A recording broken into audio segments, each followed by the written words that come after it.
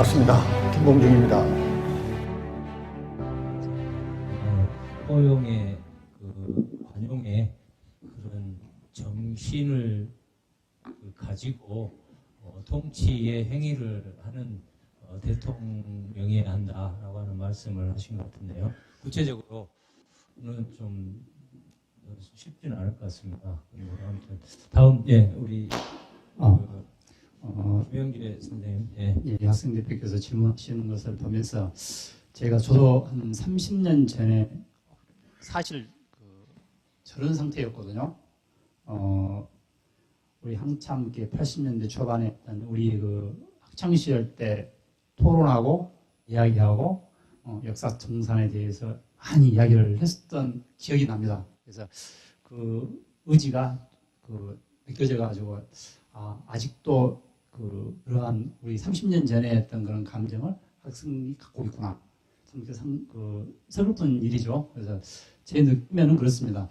방금 말씀하셨던 우리 교수님께서는 학자적 입장에서 참 이렇게 애매모호한 중도의 길로서 어떤 그런 부분을 답을 하셨는데, 제가 보는 답은 그렇습니다. 정치의 어떤 그런 가치를 누가 이렇게 청산을 하고 안 하고는 그 정치 리더들이 하는 게 아니고 우리 국민들이 하는 거거든요.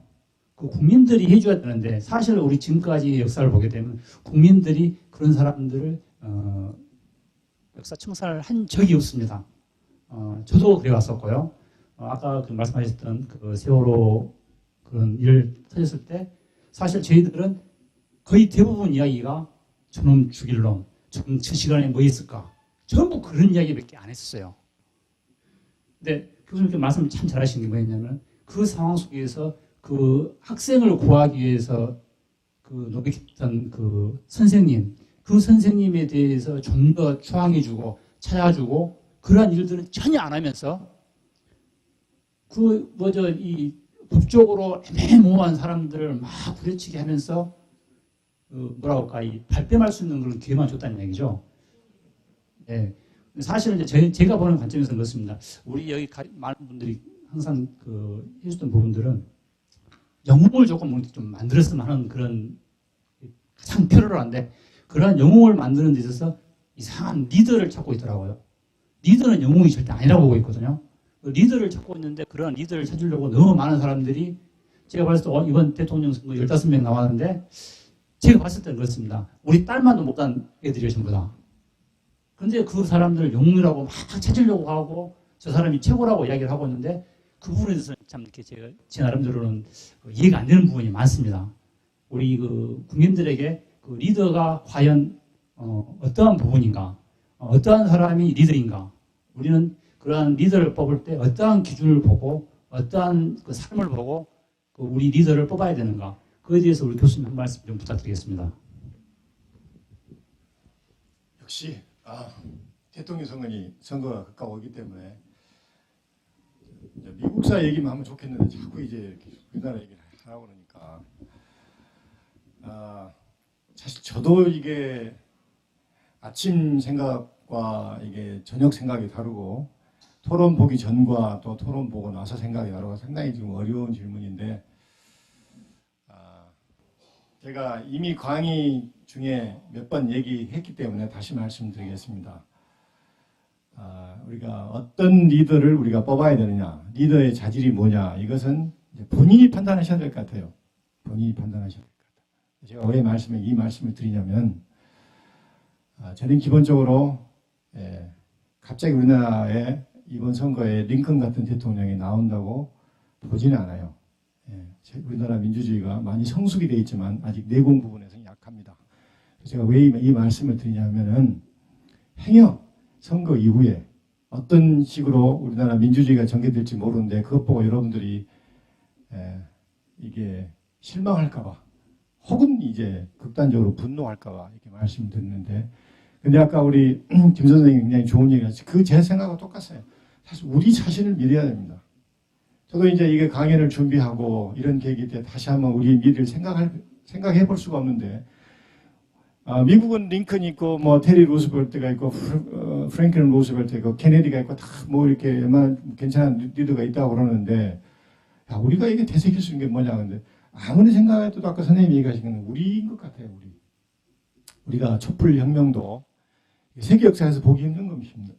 그리고 4.19라든지 그 다음에 6월 항쟁이라든지 이것 보면 우리 국민들이 대단한 것 같아요. 이게 얼마나 우리의 큰 자산인지 모르겠어요. 그래서 리더의 자질보다는 우리가 갖고 있는 우리에 대한 자부심을 생각을 해봐야 되겠고, 제가 이만큼 가까운 미국에서는 이게 이 얘기를 썼습니다. 이만큼 가까운 미국의 마지막이 한미 관계인데, 대체로 이제 저도 유학할 때나 미국 사람 만나면 한강의 기적은 알아요. 근데 한강의 기적을 경제적인 기적으로 국한돼서 얘기합니다. 꼭 저는 그 얘기를 해요. 한강의 기적이에요. 경제적인 기적을 얘기하고 이제 박정희 이제 그 유산이 있고 그런데 사실 한강의 기적이 경제적인 기적이 상당히 중요하죠. 그러나 저는 단언코 말씀드리는데 우리가 민주주의 기적도 얘기를 해야 돼요. 저는 이제 세계 여러 나라를 보고 특히 이제 미국에 있을 때 이게 멕시코로 하도 많이 가가지고 갈 때마다 느끼는 것인데 우리나라 대단한 거예요, 사실. 멕시코가 1821년에 혹시 멕시코 시민 적 없죠? 1821년에 독립했지만은 안정적인 궤도의 민주주의가 된 것은 세계의 일이에요, 사실. 근데 우리는 지금 가슴이 아프고 분노하고 막 이렇게 화가 나지만요. 우리나라가 진짜 지금의 민주주의로 정착된 것이 세계사의 기준을 볼 때는 상당히 빠릅니다. 그리고 우리가 IMF의 금모기 같은 거나 그런 거 있잖아요. 이게 대단한 거예요. 전반적으로 우리나라 사람들이 저는 갖고 있는 자부심이 뭐냐면 이게 자부심만 불러이어주면은 폭발적인 이게 힘을 갖고 있는 게 사실 우리나라 시민들이에요.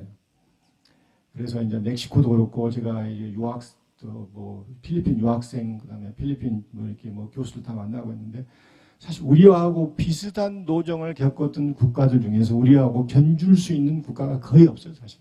거의 없습니다. 이 얘기를 해야 돼요. 자꾸 이게 선거 때나 우리나라를 민주주의를 볼 때게 우리는 안 돼. 우리는 안 돼. 민도가 안 돼 있어. 우리 국민들이 안 돼서 그런 얘기를 하지 마시고 분명히 한강의 기적에는 경제적인 기적도 있지만은 민주주의도 분명히 우리는 한강의 기적이 포함이 돼야 됩니다. 이것을 계속 긍정적으로 다지고 이게 시민의 힘을 믿고 시민의 자부심을 이게 믿음을 믿어야지. 기타 어떤 이게 미국처럼 이렇게 리더라든지 대통령 지향 쪽으로 가서는 조금 우리가 많이 흔들리지 않겠나 하는 생각을 해봅니다. 너무 길게 이야기한 거